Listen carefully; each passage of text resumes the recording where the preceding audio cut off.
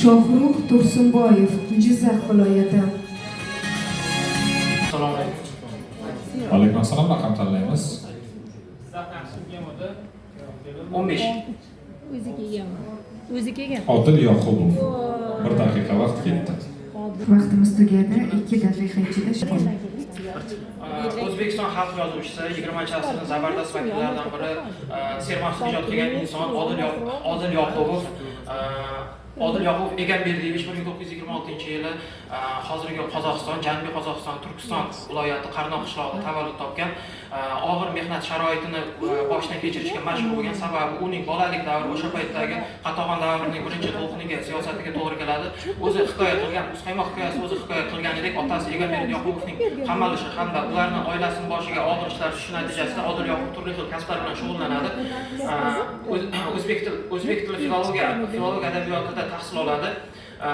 O'sha paytda o'zining turmush o'rtog'i Maryam bilan bir kurs yuqorida o'qiydigan turmush o'rtog'i bilan tanishib qoladi va ular birgalikda bir ajoyib sevgi tarixi bo'lib, ular qochib ketadi va keyinchalik turmush quradi. Odil Yoqubovning birinchi asari 1951-yili Tengdoshlar qissasi bilan chiqadi. Muqaddas qissasini yozgandan keyin ko'pchilik jamoatchilik fikriga, jamoatchilikning og'ziga tushadi, ko'p e'tiroflarga sazovor bo'ladi. Undan keyin Maqluba qissasi, yurak yonmog'i kerak, er boshiga ish tushsa, adolat manzili, diyonat kabi bir qancha zamonaviy romanlarni yozadi hamda tarixiy romanlarga ham qo'l uradi. Shulardan biri Ko'hna dunyo romani bo'lib, u yerda o'sha Renessans davridagi Ibn Sino hamda Beruniyning hayotini tarixiy ham yangi kreativ yondashgan holda ochib berishga harakat qiladi. Buyuk xizmatlar uchun ordeni, el yurt hurmati ordeni bilan taqdirlangan O'zbekiston xalq yozuvchisi Odil Yoqubov. Bundan tashqari qo'shma xalqlarda do'stlik munosabatlari o'rnatish uchun qirg'iz xalqi bilan juda yaxshi borib keldi qilgan.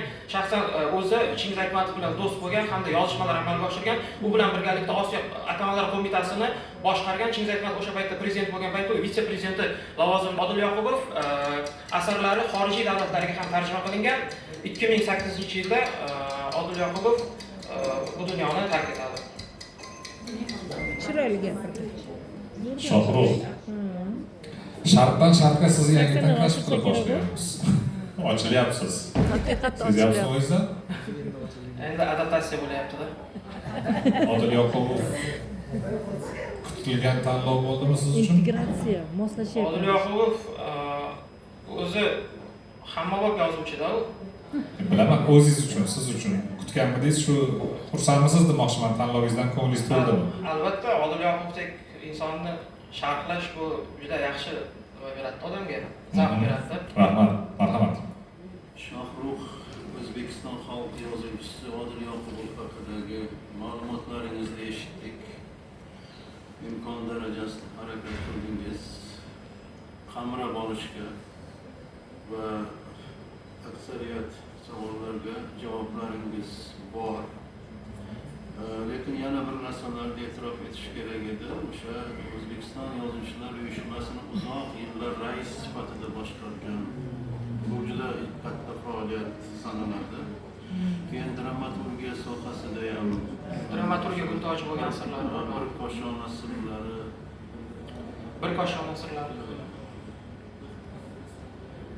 O'zbekiston adabiyoti va san'ati gazetasiga eng Odil aka davrida gullagan 1 million nusxada chiqqan O'zbekiston adabiyoti va san'ati. O'zi juda gazeta. Shunda inson shu qayerga borsa, baraka yog'iladi 1 million nusxani tasavvur qiling endi bitta gazeta. Ana shunday bir insonida endi bu yerda mayli xotiralarimizni gapirsak, hozir tanlov qolib ketadi. Mendan keyin Bahodir Karim boshlaydi xotiralarni. Shuning uchun meni maqola yomon emas. 86 bor menda. 86, 86, 86, 87. Bizda umumiy ball 86-3.